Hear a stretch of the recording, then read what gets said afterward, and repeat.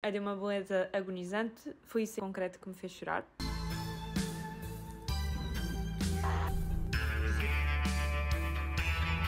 Olá, o meu nome é Cris e vou ter que utilizar o microfone do telemóvel porque eu não carreguei o meu microfone bom, então agora vou parecer uma parva com isto na mão. Bom, eu adiei, mas eu cheguei e vamos anotar Babel.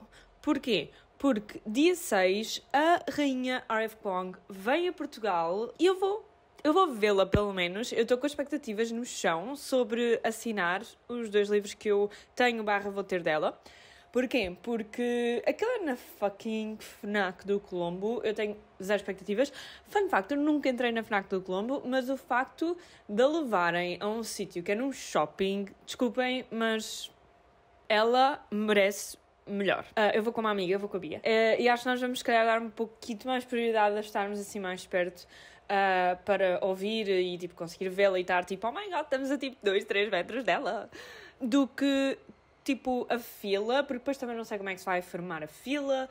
I don't know. As minhas expectativas estão mesmo baixas para vir imensa gente, então eu não quero mentalizar-me que vou ter os livros assinados, porque depois posso não ter, porque pode não dar tempo. Mas, para o caso, eu queria finalmente anotar o meu exemplar de Babel, porque na altura eu li este livro com a Bia e com mais umas amigas e nós utilizámos o Fable para a leitura conjunta. Então eu tenho as minhas anotações espalhadas por 2 sítios. O Fable, porque nós íamos comentando, tipo, capítulo a capítulo, e é o que eu vou utilizar. Eu vou seguir capítulo a capítulo, tipo, ver se há alguma coisa que eu queira passar para o livro físico. E, quando eu li, eu estava ainda em viagem entre o Algarve e Aveiro, quando ainda estava a ter as aulas presenciais do mestrado, e então eu acabei por ler também na versão digital.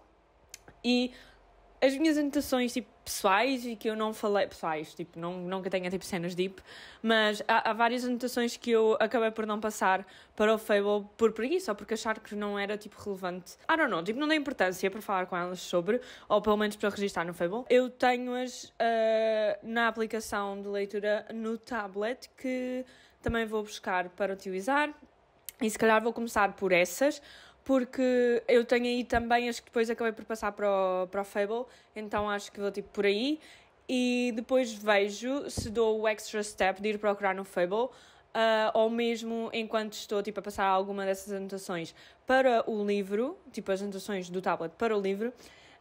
Algumas eu posso, tipo, não ter, tipo, desenvolvido ou saber que eu escrevi no Fable e depois ir lá ver que espécie de discussão é que disputou, porque eu também queria, tipo, não só sublinhar, mas, tipo, escrever alguma coisa e assim, e se calhar essas partes mais desenvolvidas são as que estão no Fable, que eu publiquei e acabei por, tipo, despertar alguns comentários das minhas amigas. E vai ser essa a estratégia. Vou-vos mostrar algumas. Quero ir gravando conforme eu passo alguma anotação, quero dizer alguma coisa. Falo com vocês. As canetas que eu vou utilizar para anotar são prateadas cinzentas, porque no livro eles trabalham com tipo silver working, então acho que fazia sentido ser em prateado. Porquê? Porque, ou seja, eu vou sublinhar com cinzento, vou escrever com, tipo, uma caneta normal, isto é, tipo, é cinzenta aqui, mas é uma caneta só preta, mas eu gosto da linha que faz, e eu tinha cá em casa uma caneta prateada, então é o que eu vou... Acabou de me cair a tampa para trás do móvel. Anyway, vou sublinhar com esta caneta prateada. Tipo, detalhe, não sublinhar, vou fazer detalhezinhos, tipo estrelinhas e não sei quem com a caneta prateada. E, acho que é isso, meu bebê. Oh my gosh. Eu vou tentar não partir a espinha, mas como podem calcular, isso é um bocado difícil quando estamos a passar anotações. Uma cena que eu amo neste livro e que não se vai ver nesta câmara, mas eu depois tento gravar, é a costura e a cola, tipo, das páginas, como livro grande, porque, tipo, nota-se mesmo os cadernos de 16 ou assim, em que o livro foi cozido e, tipo, sinceramente, what a shape. É isso, tenho a minha aguinha aqui, então tenho, tipo, tudo. Vou ainda experimentar como é que ficam as canetas aqui no papel, just to be sure, e vamos a isso. Este ângulo definitivamente não é aquele que mais me favorece, mas anyway. Portanto, página 14, uma cena que eu acho curioso e discutível sobre Babel é que há muita gente que acha que o livro não dá espaço para interpretação e acha que isso é algo negativo, mas ao mesmo tempo, e que eu achei também um pouco o mesmo, até me deparar com esta resposta a esse argumento de alguém que não me lembro quem foi. Há muitos livros que tratam este assunto, não só o assunto do colonialismo em específico, mas as várias formas de discriminação que aparecem em Babel. Há muitos livros que o fazem e que o fazem deixando para a interpretação. E que por isso, ou entre muitas aspas, por isso, não vingam e as pessoas não falam desses assuntos porque não estão explícitos e explicados. E Babel não permite que as pessoas escapem desses assuntos. E acho que consegue fazê-lo e não perder a sua profundidade e o seu impacto porque está bem escrito e bem fundamentado, bem complexo, na mesma, apesar de pôr tudo em pratos limpos. Acho que acaba por ser isso, é que o livro não é que ele seja superficial porque não dá margem ao leitor. Não, ele dá imensa margem ao leitor através da imensa informação que dá a quem está a ler. Então, e isto surgiu-me porque logo na página 14 é-nos dado o tema do livro. Porque o narrador diz: "The choice was his. Only he could determine the truth, because only he could communicate it to all parties." Isto acontece quando o Robin e o professor dele vão para entrar no barco para ir para a Inglaterra e há um outro homem que também vai para entrar e que tem um contrato que lhe permite fazer essa viagem da China, I think. O senhor é chinês, está aqui. Mas o dono do barco, o barqueiro, só lhe repete em inglês que não e que aquele contrato não serve, que obviamente o senhor chinês não compreende porque não sabe inglês. Eu tenho isto aqui, ninguém me disse, vocês também. E é o Robin que tem que traduzir. No entanto, quando o Robin pergunta ao senhor porque é que o contrato do outro não serve, o senhor diz: eu não posso ter mais Chinamen no meu barco porque a última vez que eu tive um problema com lêndias, piolhos, e eles são sujos e nem sequer sabem o que é a palavra banho, nem que eu lhes gritasse. Ou seja, full on situação de xenofobia e racismo to a point, I think. E neste momento o Robin vê-se com o poder de dizer a verdade e é isso, é que ele vê-se com o poder de transmitir informação, mas vê-se com essa escolha de eu vou dizer a verdade e revelar para este homem que ele está a sofrer, ou seja, vou transmitir esta ideia negativa porque a situação já está a acontecer. Eu vou transmitir esta ideia negativa ou eu vou tentar amenizar o problema, ele não vai entrar de qualquer das formas, mas eu vou dizer outra coisa e pelo menos poupar-lhe a esse sofrimento da discriminação. E eu acho que é um dilema moral. Quando nós temos o poder de traduzir algo para outra pessoa que não está a entender, mas é algo negativo, devemos nós interferir para amenizar, ou isso é um limite ético quando estamos a traduzir, quer seja de uma forma profissional ou não, e devemos transmitir exatamente aquilo que está a ser comunicado? Acho questionável. E estar logo na página 14, E pronto, o meu apontamento foi só the power of translation and how we decide what information to give and how. Acho que as minhas anotações vão ser um pouco assim, vou acabar por falar um bocadinho mais com vocês. Ok, outro apontamento que eu fiz aqui, e inclusive no tablet eu pus em amarelo, que aparentemente foi a cor que eu utilizei para cenas que têm piada. E que eu até agora ainda não apontei no livro, porque já não tem tanta piada. Mas este eu apontei, que diz assim, vou ler no tablet, porque esta vista não está lá, ótima. Would you be content to sit hour after hour with a white man, as he asks you the story behind every metaphor, every god's name, so he can pilfer through your people's beliefs for a match pair that might make a silver bar glow. E eu acho esta passagem interessante. Primeiro, teve piada só, dizer white man, desculpem. E depois, para mim, aqui a questão, e foi que eu apontei, foi should knowledge and culture be held by a language? Porque, até certo ponto, aqui, a Victor, obviamente, isto sendo sobre a sua língua, obviamente que ela se sente, tocada e não quer que alguém que não tem interesse realmente na sua cultura em língua esteja a tentar apropriar-se dela para uso de algo.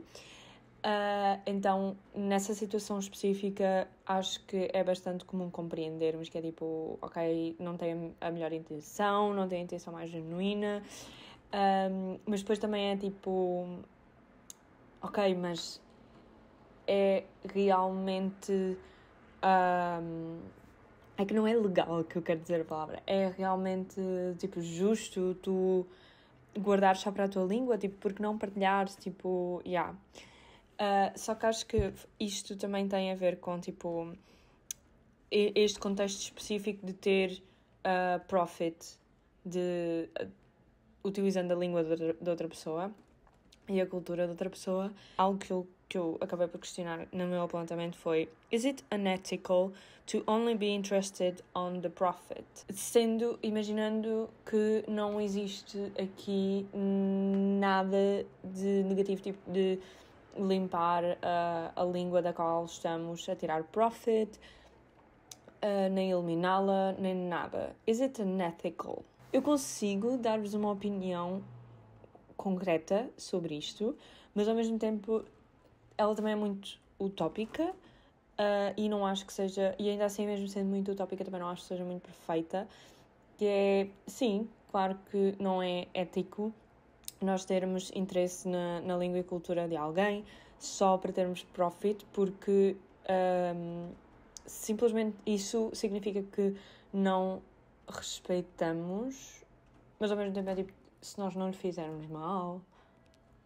Estou a questionar, o que é bem interessante na R.F. Kuang, porque ela deixa-nos tudo muito explícito, como eu já disse, e muito explicadinho, mas ao mesmo tempo ela não nos dá respostas. E eu acabei mesmo o Babel sem respostas, mas muita conversa com as minhas amigas, e é muito por isso que eu ainda não tinha feito a review, porque sinto que fica sempre... sabia que os meus pensamentos iam ficar muito aquém. Página 193. O grupo deles começa a desmoronar por causa da interseccionalidade e pronto, obviamente isso não é um problema, mas é um problema na altura quando temos que lidar com esses tratamentos diferentes e com as dificuldades diferentes e não temos uma validação disso e uma compreensão tanto para connosco mesmos como para com as outras pessoas. E eu vi isto porque aqui o narrador diz: they used to find solace, não sei dizer esta palavra, in their solidarity, but now they saw each other only as reminders of their own misery. Isto porque isto é a altura em que eles começam, têm cada um o seu orientador e começam os seus projetos de pesquisa para acabar o ano, e eles têm todos problemas diferentes com o seu projeto de pesquisa ou com o seu orientador. Então, até este ponto, era como se eles tivessem tido o mesmo problema de serem os excluídos e os diferentes por causa das suas línguas e da sua etnia.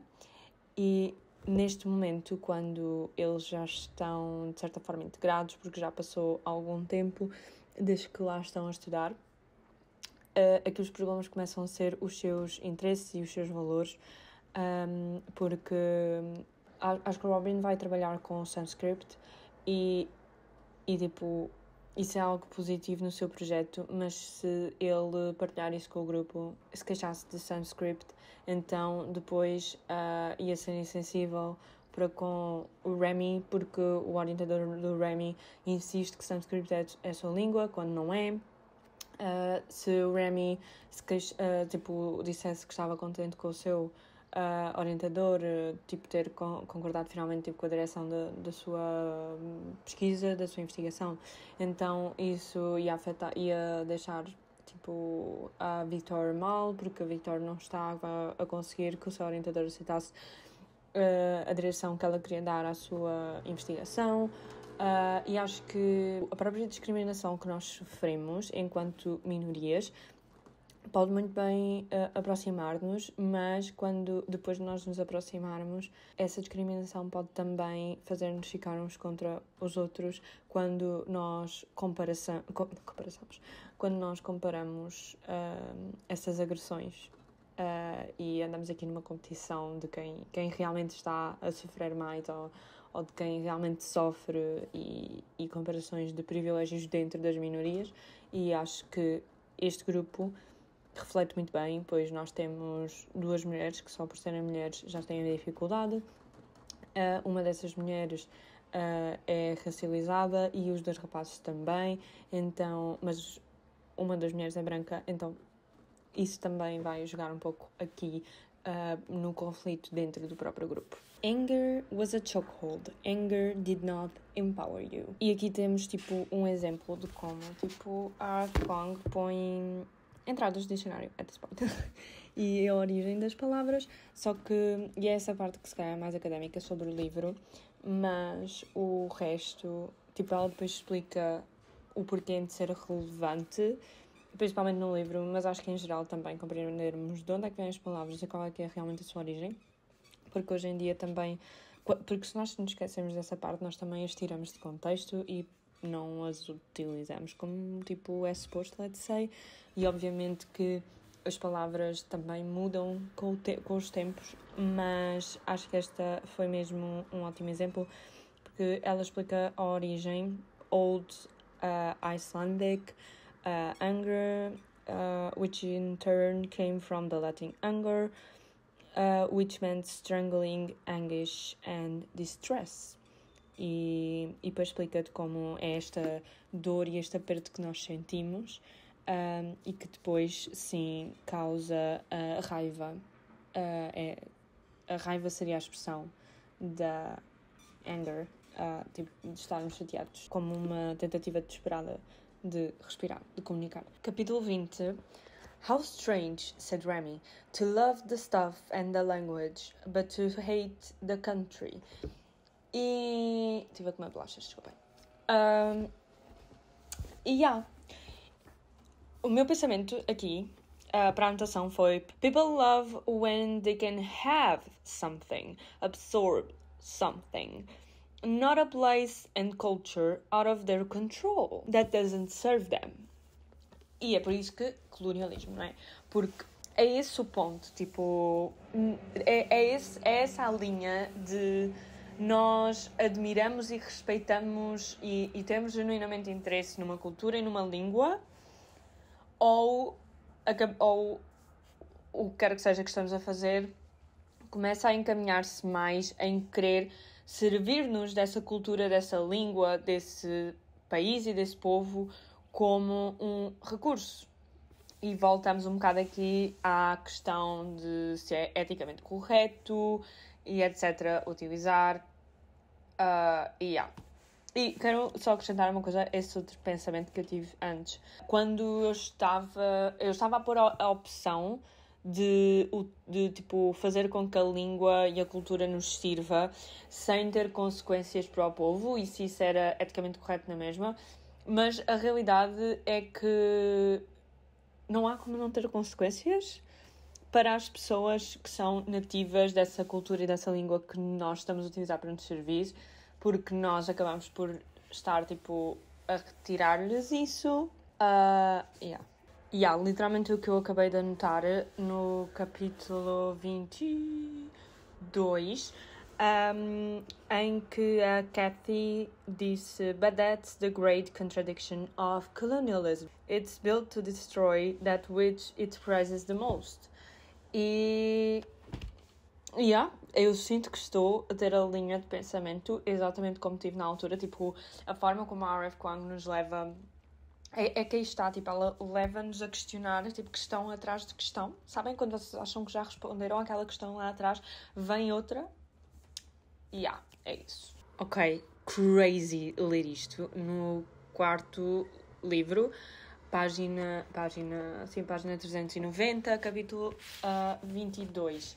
Basicamente, o Robin e alguém chamado Kathy estão a falar sobre, tipo, a guerra, vamos chamar de guerra, mas eu acho que para português não traduziríamos bem para guerra, que está a acontecer no Oriente. Estão a falar como, tipo, os ingleses não querem saber, e o Robin explica que it's a war happening in a foreign land and they can't even imagine. It's too distant for them to care.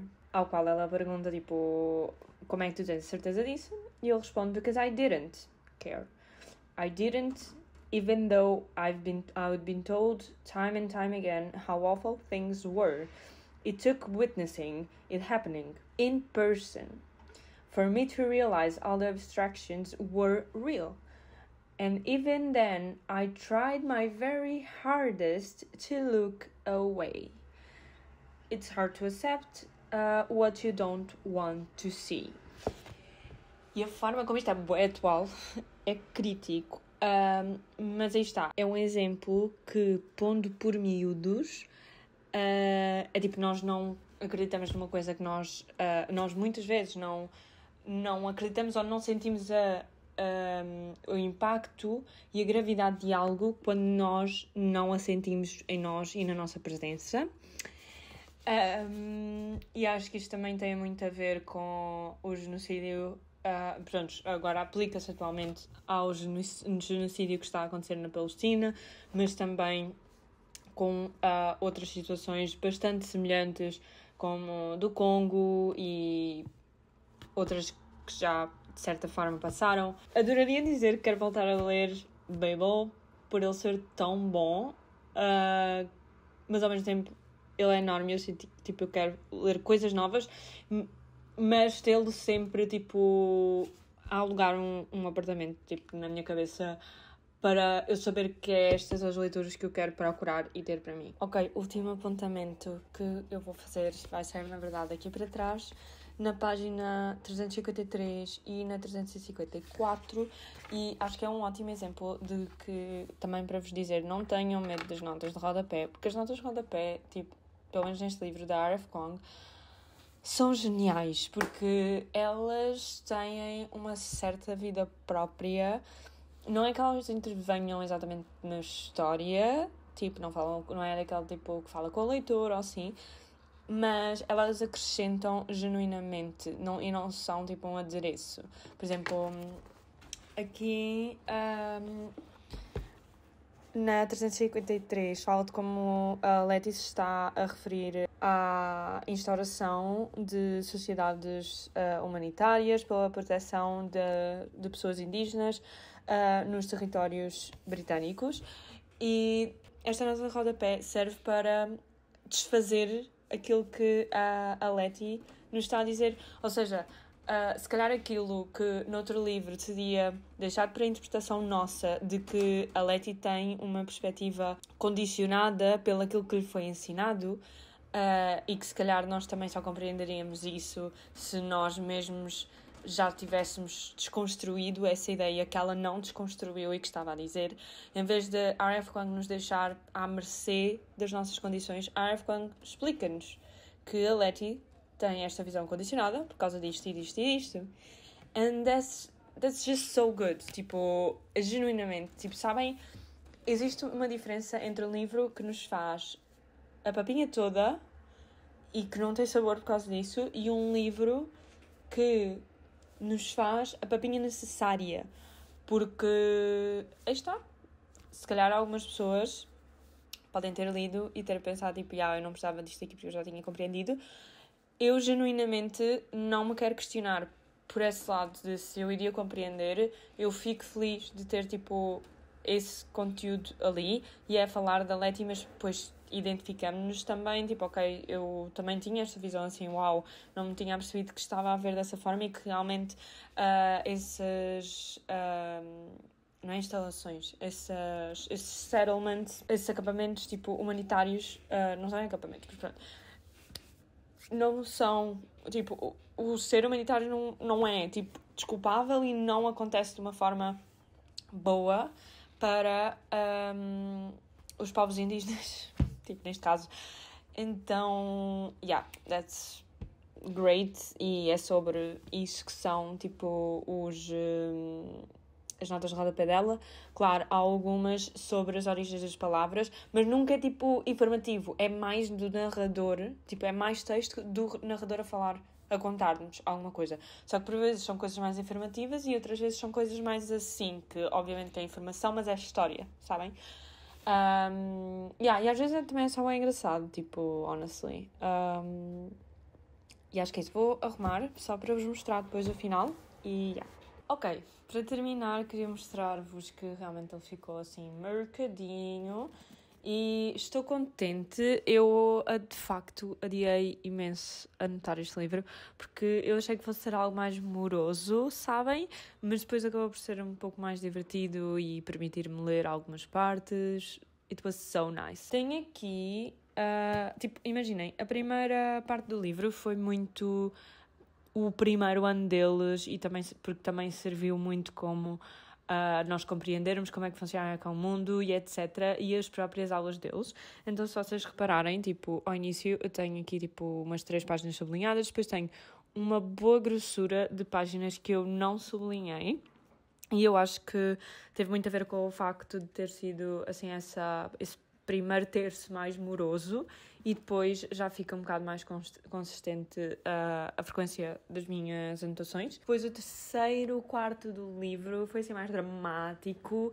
Definitivamente eu não estava à espera dessa reviravolta, mas mais não estava à espera dessa reviravolta no sentido em que não estava à espera que o livro tivesse uma história assim. Em geral, do livro todo foi super interessante ir vendo o que é que acontecia a este grupo de 4 amigos e colegas que se juntaram por serem minorias, mas depois acabam por ter as suas divergências. Houve um momento mais para o final entre 2 personagens e que eu inclusive chorei, tipo, eu estive a verificar agora no Fable as minhas anotações e eu sabia que tinha chorado em alguma parte e foi nessa. Eu também apontei no Fable que na última parte senti que já conhecia mesmo os personagens há anos e que o plot tomou um rumo em que não há respostas certas e não há ressentimento sobre as decisões de ninguém. Acho que foi isso que eu concluí um pouco no momento em que eu chorei. A pergunta que fica aberta e não encontra resposta: serão as palavras suficientes ou temos de recorrer à força? Crazy. Era a premissa do livro, todos entramos no livro sabendo que é essa a premissa, depois dão-nos todo um contexto e uma história que é o pré dessa questão e, é tudo o que eu tenho a dizer. Além disso, a forma como cada um sustenta a sua decisão é de uma beleza agonizante. Foi isso em concreto que me fez chorar. A apatia do Robin quanto à morte, depois de ter perdido e passado por tudo. Por exemplo, a ânsia da Victoria pela vida, a forma como quer agarrar o seu futuro e vivê-lo com todo o direito que merece. Este dilema de continuar ou não a nossa luta, a nossa causa, numa posição de razão injustificada, pode muito bem ser isolado e qualquer minoria vai acabar por se relacionar, e acho que foi essa parte que me bateu imenso nesta leitura e agora voltar a ler também. Vai ser super interessante ver a R.F. Kuang ao vivo. Espero ter a oportunidade de assinar os meus exemplares. Sim, plural, porque eu tenho o Babel e já passam 4 minutos da hora em que supostamente o Catabasis ia ser entregue, então, I don't know, tipo, at this point, estes CTT só odeiam-me E maybe até ainda vem hoje, porque supostamente tem que vir, mas, enfim. Obrigada por terem assistido. Digam nos comentários se já leram ou não Babel e o que é que estão a achar. Ou outro livro da R.F. Kuang, porque eu vou ler o Catabasis, mas também teria interesse em ler o Impostora. Mas ao mesmo tempo o Impostora, como é mais curto e assim, eu não sei até que ponto é que é uma conversa que ela me vai conseguir fazer questionar ainda mais, mas acho que isso também é um sinal para eu ler e ver o que é que ela tem para mostrar, não é? Bom, é sobre isso. Até ao próximo vídeo. Fiquem por aí a ver mais algum vídeo aqui do canal e subscrevam. Não se esqueçam de subscrever e dar like. Bom, tchau.